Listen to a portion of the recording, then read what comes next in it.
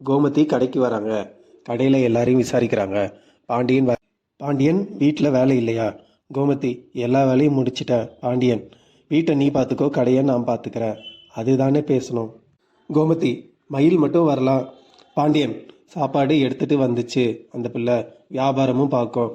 கோமதி இப்போ நான் கடையை பார்த்துக்குவா. கடைக்கு கஸ்டமர் வராங்க. அரிசியும் பொட்டுக்கடலையும் கேட்குறாங்க.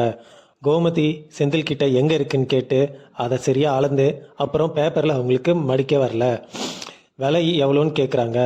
இம்புட்டு விலையாக விற்கிறாங்கன்னு வியக்கிறாங்க. கஸ்டமர் வாங்கிட்டு போன உடனே கோமதி எப்படிடா, அதுக்கு செந்தில் கஸ்டமர் முன்னாடி இப்படி சொல்லக்கூடாது, நாம் அநியாயமாக விற்கிறோம்னு நினச்சிப்பாங்க. டீ குடிக்க போகிறாங்க. கடையில் இப்போ பாண்டியனும் கோமதி மட்டும்தான். பாண்டியன் இன்னைக்கு கடைக்கெலாம் வந்திருக்கியே, என்ன விஷயம் சொல்லு. கோமதி சும்மா பேசிட்டு போக வந்தேன். பாண்டியன் ஏன் வீட்டில் பேச முடியாதா? கோமதி பக்கத்து வீட்டு விஷயத்த பேசுகிறாங்க. அங்கே 2 பசங்களாம் வித்தியாசம் பார்க்குறதா பேசுகிறாங்க. பாண்டியன் 2 பேருக்கும் ஒரே மாதிரி பண்ணாதா என்ன அப்படின்னு ஒரு தீர்ப்பை சொல்கிறாரு. கோமதி நீங்கள் ஒரே மாதிரி நடந்துக்கிறீங்களா? நீங்கள் ஏன் பாகுபாடு பார்க்குறீங்க? பாண்டியன் என்ன புதுசு புதுசாக சொல்லிட்டு இருக்க?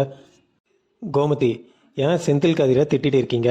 இவங்க உங்களுக்கு பிடிக்காத கல்யாணத்தை பண்ணாங்களே, மற்ற விஷயத்தில் உங்கள் பேச்சு தான் கேட்குறாங்க.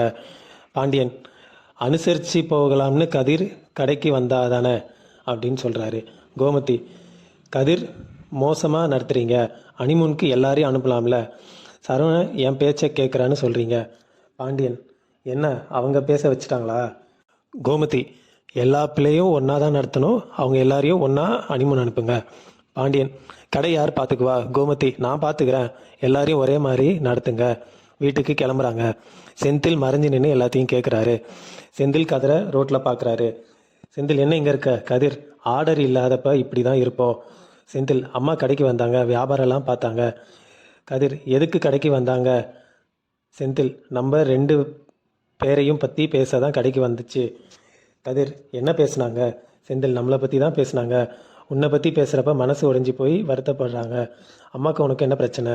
நீ அம்மா கிட்ட சுத்தமாக பேசுகிறதே இல்லை. அவங்க கேள்வி கேட்டால் ஒரே வார்த்தையில் பதில் சொல்லுற. கதிர் அப்படிலாம் ஒன்றும் இல்லைண்ணா. செந்தில் கல்யாணம் பண்ணதுக்கு அப்புறம் நீ அவங்க மேலே கோவமாக இருக்கியா?